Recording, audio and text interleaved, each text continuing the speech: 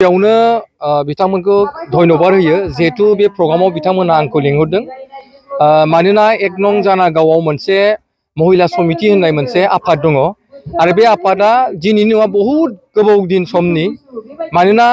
बिथांमोननि आफादा दङब्लाबो मोनसे समाव बिथांमोना द्रप थाथ'नाय बायदि जादोंमोन आरो पुनर बिथांमोना गोदान बिबानगिरि मोननानै जोंहा आब'मोना जितु बिसिनि नेतृत्वआव दा बिथांमोना मा होनदों बे आफादखौ मोजाङै दैदेनबाय थादों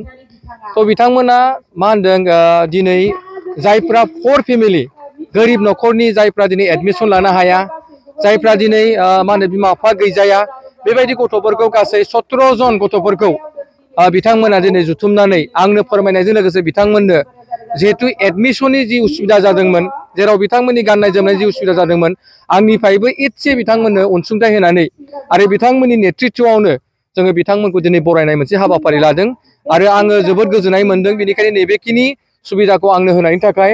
आरो आं आसा खालाय जेब्लायबो बिथांमोननि महिलाफोरनि जिखिनि समस्या प्रब्लेमफोर दङ जेब्लायबो आं बिथांमोनजों थानानै आंनि फारनिफ्राय जिखिनि हायो आं बिथांमोनजों जेब्लायबो आं शेयार खालायगोन आरो आसा खालायो बिथांमोना गोबां मावनो थाखाय उत्सुक आरो बिथांमोना गोबां माने बोलो फोरादों जि आइजोफोरा जाहाथे बिथांमोना गावसिनि ओनसोलाव जाहाथे महिला बा जेनेबा मा होनो अमेन माहारिखौ बोरै बिथांमोना जौगाहोनो थाखाय मारैबा बिथांमोना समाजनि बिथिङाव खामानि मावनानै मारै समाजनि माने जौगानायनि खामानि मावलांनो हायो बेफोर गासैबो असिलाखौ लानानै बिथांमोना दिनै मोनसे मोजां मोनसे इनिशिएटिभ जाय बिथांमोना दिनै बैसागु जोबनायजों लोगोसे बिथांमोना दिनै मोजां रंजा बाजाजों लोगोसे बिथांमोना दिनै बेहाय फरायसा आरो मेट्रिक पास आरो हाई सेकेन्डारि पास फरायसा फरायसुलि बिथांमोनखौ दिनै बरायो दुंब्रुबाय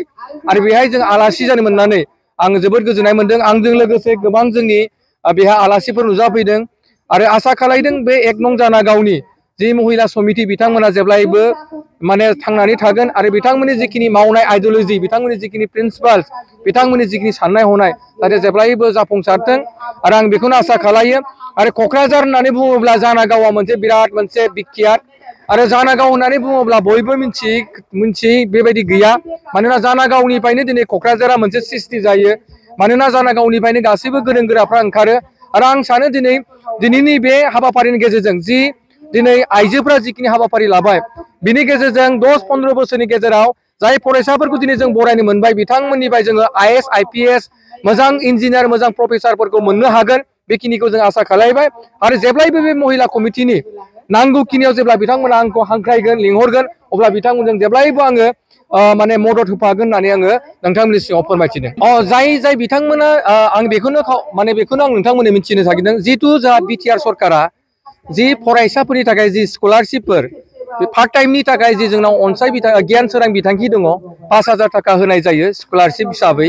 दा बिथांमोनखौ जोङो जिखिनि दा नै 4 फेमिलिफोर मोनबाय जों महिला कमिटिफोरजों रायलायनानै जों बिथांमोननो जिखिनि हायो जों सहाय खालामनो थाखाय आङो बिटिआर गभर्नमेन्टनि मानगोनां मानाव गेदेर सीएम आरो जोंनि जि लकेलनि एमएलए लरेन्स इस्लारि बिथांमोनजों रायलायलायनानै जों दिनैनि जिखिनि बे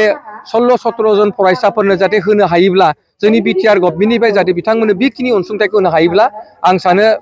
माने जोबोद गिदिर खामानि मावनाय जागोन आरो बिथांमोननो जों एसेब्लाबो रेहाय होनाय जागोन होननानै सानगोन आरो आं ओंखायनो दिनै बे महिला बिथांमोनखौनो जों रायलायनानै सावरायगोन आरो बिनि थाखाय माने होनायनि जि हाबाफारि बेखौ जोङो इयुनावनो मा होनो होलांनायनि जिखिनि मोनसे सिन्था खालायदों बेखौ जों महिला कमिटिजों रायलायनानै थिग खालायनाय जागोन आं बेबायदिनो दा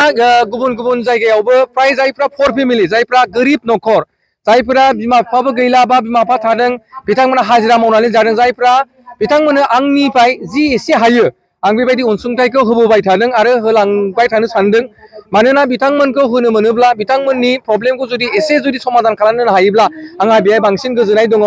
नाथाय आङो बेखौनो आसा खालायो जोंनि फरायसाफ्रा मोजां फरायसा जानांगोन जोंनि फरायसाफ्रा इयुन जोलैनि थाखाय मोजां सासे सम्पद जानांगोन बिनि थाखाय बिथांमोनखौ जिखिनि हायो आं एसे हेल्प खालामबाय थानायखौ बे हाबाफारिखौ आङो लालांबाय थादों आरो जि हायो आं मावलांबाय थागोन खुलुमबाय गिबियावनो जोङो महिला समितिनि जानानै जोङो बेखौ जोंनि फिसाफोर हिसाबै जेन'बा गासिबोफ्रानो माने पारसेन्ट नायनानै बरायो आरो ओमफ्राय जोंनि फिसाफ्रा जों गामियाव समान बेनिखायनो जों समान जेसेबां पास जादों बेखौ जों बिसोरखौ जों खम मोनदोंबाबो बुरजा मोनदोंबाबो समानै बरायदों आरो मानो होननानै बुङोबा जोंनि फिसाफ्रा समान जानांगौ मानोना सोरबा एसे खम मोनदोंबाबो सोरबा मानसि गिदिरनि बुजायनायजों एसे बारायनानै माने नेक्स्टआव आरो साबसिनै माबानो हायो बेनि थाखाय जोङो समान बरायनाय जादों आरो ओरैनो जोंनि गामियाव गामि गिदिरा रायजो गिदिरा बरायखायो खिन्थु बिसोरो फार्स्ट डिभिजनखौल' बरायो ओमफ्राय जोंहा बिमा जानानै जोंनि गोसोआव अननाया समान बेनिखायनो समानै बरायनांगौ ओमफ्राय एसे खम मोनदोंबाबो नेक्स्टआव बुरजा मोनहैथोंसै गोजौ सोलोंथायाव बेनि थाखायनो जों समानै बरायनाय जादों आरो साबेसे बरायनाय जादों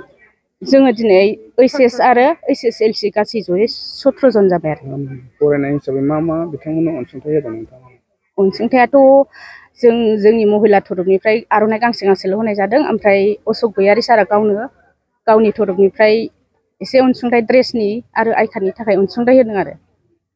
दा नोंथांमोननि जे महिला समिति बेयो माब्ला जोनोम जाया आरो मा मा हाबा मावबोगासिनो दं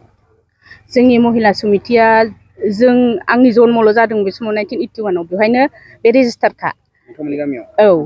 ओमफ्राय 11 मेमोन आरो बे दिनाव मादार्स देबो गोलैदों ओमफ्राय दाखालै जोङो बे दिनावनो फांसन फाउन्डेसन दे फालिनो नागिरदोंमोन नाथाय हादरारि दाङाबाजिनि थाखाय जोङो बन्द' खालामथ'नाय जादों ओमफ्राय थेवबो अशक गयारि सारा जोंखौ अननानै गोसोखांनानै माने जों फोरमायहरदोंमोन नालाय बे दिनाव जों फांसन खुंगोन होननानै ओमफ्राय गावनो नागिरनानै फैनानै जोंनो गथ'फोरखौ बरायनो आखायाव लादों होननायखौ जोंखौ जेबो खरस खालामहोआसै गावनो जा दं जानाय लोंनाय साहा पानि गासिबो मेकआप खालामजोबनानै जोंनो जाहोफैदों लोंहोफैदों ओइदिनखालिबो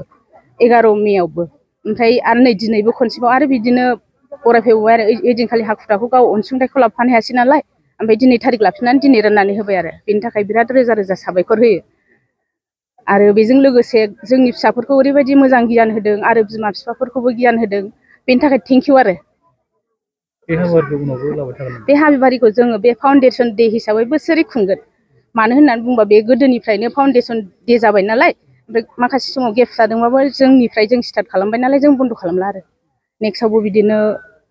बयनिफ्रायबो हेल्प मोनगोन होननानै आसा थाबाय